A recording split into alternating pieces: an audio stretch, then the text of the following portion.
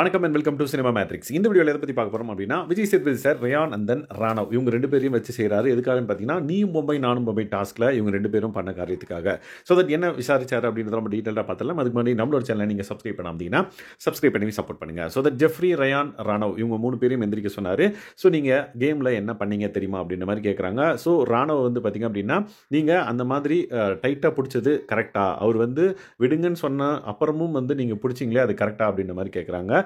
அதுக்கு ராணவ் வந்து அமைதியாக தான் நிற்கிறாரு. ஏன்னா அவர் தப்பு பண்ணியிருக்காரு அப்படின்றது தெரியுது.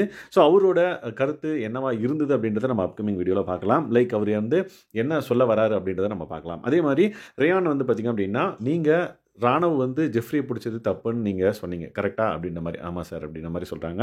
அதுக்கப்புறம் நீங்கள் மஞ்சரி என்ன பண்ணீங்க அப்படின்றதையும் வந்து கேட்குறாரு. ஸோ ராணவ் வந்து ஜெஃப்ரிக்கு பண்ணதை தான் வந்து மஞ்சரிக்கு ரயான் வந்து பண்ணியிருக்காரு. ஸோ அது தப்புன்னு உங்களுக்கு தெரிஞ்ச உங்களுக்கு இதுவும் தப்புன்னு உங்களுக்கு ஏன் தெரியல அப்படின்ற மாதிரி ரயானை வந்து வறுத்தெடுக்கிறாரு.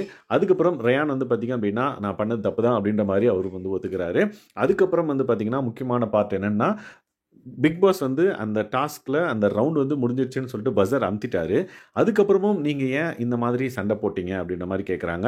ஸோ ஏன் சண்டை போட்டீங்க அப்படின்றதுக்கு பதிலாக அவர் வந்து ரெட் கார்டு இல்லைனா எல்லோ கார்டு காமிச்சிருந்தாரு அப்படின்னா நம்மளுக்கு சாட்டிஸ்ஃபைடாக இருந்திருக்கும் அப்படின்னே சொல்லலாம். ஏன்னா அந்தளவுக்கு வந்து லைக் அவர் ரயான் வந்து ராணவை அடிக்க போய் உன்னை சாவச்சிருவான் அப்படின்ற மாதிரிலாம் சொன்னதெல்லாம் என்ன, இதுதான் நீங்கள் விளையாடுற விளையாட்டா அப்படின்ற மாதிரி விஜய் சேதுபதி சார் வந்து ரயானை கேட்குறாரு. ரயான் கிட்ட எந்த பதிலும் இல்லை. அவர் வந்து தப்பு அப்படின்றதான் வந்து உணர்ந்தார் அப்படின்றத நம்மளுக்கு தெரிய வருது.